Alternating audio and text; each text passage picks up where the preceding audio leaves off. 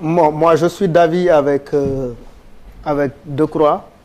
Parce que dafa am solo ñuy fàttali dara. Peut-être yow tu n'es pas allé jusqu'au bout de ta pensée par rapport ak Decroix. Decroix ci ñoom bi ñoom Senghor nekkee fii. yóbbu nañ ko service militaire par la force. ñoom dañu liggéey pour nit ñi am sañ-sañu taxaw ñaxtu. mu jaral leen seen bakkan à l'époque ñoom Senghor ils étaient beaucoup plus même radicaux parce que doon nañ fi yónnee ay tortionnaires brésiliens. pour ñu def leen ay mbir yu soxor ñii li ñu dajul amul. xëy na sax ñun dañu fekk terrain bi nooy. donc c'est important que yooyu ñu koy rappeler parce que loolu ñoom liggéey nañ ko fii ci réew mi. à l'époque parti unique moo amoon ñoom ñu xeex ko donc nguur gu ñëw daf ci war a yokk waaye waru ci wàññi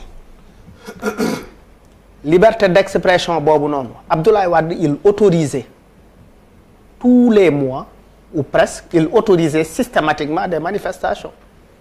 Les manifestations n'étaient pas réprimées sous Wade.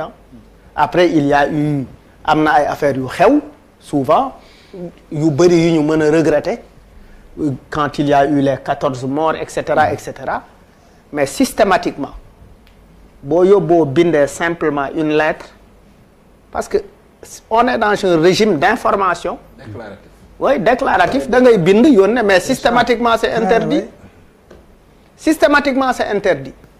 Et un peuple qu'on ne laisse pas s'exprimer dans la rue, nous étouffer son énergie de s'exprimer, ce peuple se radicalise. Plus que état bi di radicaliser wu, plus que peuple bi di radicaliser wu, te su boobaa jàmmaarloo mooy am. Non, c'est-à-dire il faut qu'on évite loolu c'est des excès. ñu ngi nekk ci ay excès yoo xamante ne. kenn xamul xanaa xamoo même ce refus de port de masque là c'est une défiance hein. C'est dire que oui moi je m'en fiche hein, parce que effectivement mayetuñ ma sax opportunité bu ma waxee sama soxla parce que même internet bi ngay wax ñaata yoon la ci nit wax ñu yóbbu ko kaso. C'est les gens sont systématiquement réprimés buñ la réprimer wul par la menace on te réprime effectivement par la contrainte physique yóbbu la kaso tëj la. Une personne qui dit par exemple man li ma observé c'est la réduction même de l'espace civique.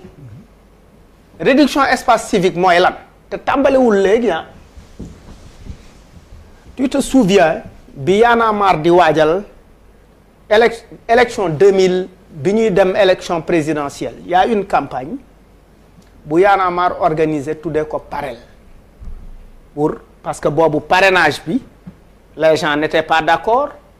Quand les gens ont voulu manifester c'était systématiquement interdit après tout de suite li ci xew mooy après parrainage bi mujj na jàll parce que Macky dafay forcer nit ñi dem ci di sensibiliser tout de suite l'État a retiré les agréments. L'agrément de ONG Enda Ligue francophone jàpp ni ONG yooyu fa la xaalis yi di jaar di ñëw ci mouvement Y'en a marre bu Y'en a marre moo feeñ mais ils sont allés dans toutes les autres ONG et il y a eu des menaces souterraines. Donc c'était vrai. Mais oui mais nous sommes une organisation. nëbbuñu ni on reçoit de l'argent Y'en a marre ne le reçoit pas parce que c'est des montants que Y'en a marre n'est pas capable de gérer ñu ne leen on n'a pas un dispositif.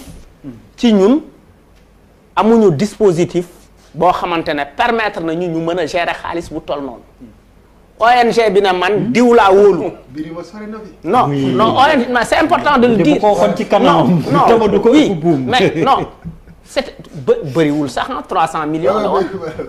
nee na 300 millions 300 millions. oui malal nga ni ñaata bëriwul. 300 millions mais c'était 300 millions. mais c'est ce qu'il dit qui est important. c'est-à-dire que non ils n'ont pas voulu gérer ça. mais li ma dama ne ñun dañ ne. mais ONG est-ce que dañ leen di auditer au fait. non dañ ne ñun. Oui, parce que au-delà mais oui. parce que pour man. Mais oui. On ne doit pas auditer que fonctionnaire yi. Non oui mais oui. xaalis boo koy gérer. Mais que nga nekk ONG. mais les que nga nekk association. mais bi. Cour des comptes je sais pas. mais ma eggali déedéet ñi la jox xaalis. dañ lay auditer. Auditer, oui, bien sûr. dañ lay yónnee ay auditeurs. tu fais des rapports annuels.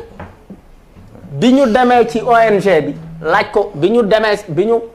ñun bi ñu waxee waaw non c'est il faut le dire ça a commencé comme ça noonu la commencé c'est-à-dire ñu dem def nañ ko après ils sont allés voir ay Osiwa pour vérifier quelle est la relation effectivement entre Osiwa ak Y'en a marre quelle est la relation entre Oxfam toutes ces organisations qui ont eu à soutenir le mouvement xool jël vérifier suñuy compte ñun lan moo ci nekk pour xool est-ce que am na il y a de l'argent illicite et cetera et cetera et cetera yàlla def ni gisuñu fa loolu yëpp donc ça a commencé comme ça maintenant il y a ci li ñu nekk mooy il y a une société civile qui collabore parce que effectivement c'est l'État du Sénégal qui paye les sièges mooy fay seen moo leen di fayal yenn yi donc. est-ce que ñooñu ñu ngi leen di contrôler. je sais même pas donc en fait. alors ban société civile la. non je sais même pas donc. en fait non dama ne. parce que man de plus en plus affaire société civile. non dama ne non en fait xam nga pour état wane à la face du monde que dëkkam am na démocratie il est obligé de laisser une certaine société civile qui l'obéit au bout du doigt am na. pour faire voir que effectivement sama réew am na démocratie. une démocratie li koy doxal mooy ñu bàyyi nit ñi wax seen xalaat. wax seen xalaat niñ ko bëgg a waxee li ngay wax d'accord naa ko moi je n'insulterai jamais un président de la République lu ma xëy na ñàkk yar wala lu ma. peut-être fuufu. je n'insulterai pas. comme ça dans un média. d'accorduma ko sax d'accorduma sax kuy insulter kenn. donc pour man bu ñuy parce que lan moo am systématiquement ce que tu vois li am Bénin xam nga Bénin peut-être société civile sax amatu fa peut-être opposition amatu fa moo nekk li am et ñaari dëkk yëpp c'est le président rwandais mooy seen modèle oui ñu ngi fii on exalte le Rwanda en disant oui c'est un pays très très développé on risque de nous créer un Dakar wala defal ñu Dakar bu rafet bien vert bien propre et cetera après on nous dit oui les réalisations sont belles donc effectivement taisez-vous et laissez les gars travailler il faut que les gens se mobilisent contre ces restrictions là parce que dëkk bu amul bu Sénégal et puis Sénégal ak ay Rwanda bokkuñu histoire bokkuñu passé nous avons un passé démocratique assez important avec des acquis yoo xamante ne c'est un legs et les générations futures duñ ko fowe ñun xëy na man je ne dis pas que j'ai arrêté de lutter mais ku ci nekk am na foo xamante ne c'est-à-dire affaire bi c'est un bâton il faut léguer Decroix ne sera plus dans les rues à jeter des pierres keneen ak keneen ku ci nekk il se bat avec et cetera il faut qu'on donne aux gens la possibilité de s'exprimer réew mi dafa soxla loolu parce que une démocratie dëkk dafa soxla exutoire dañ soxla loolu exutoire a ngi nii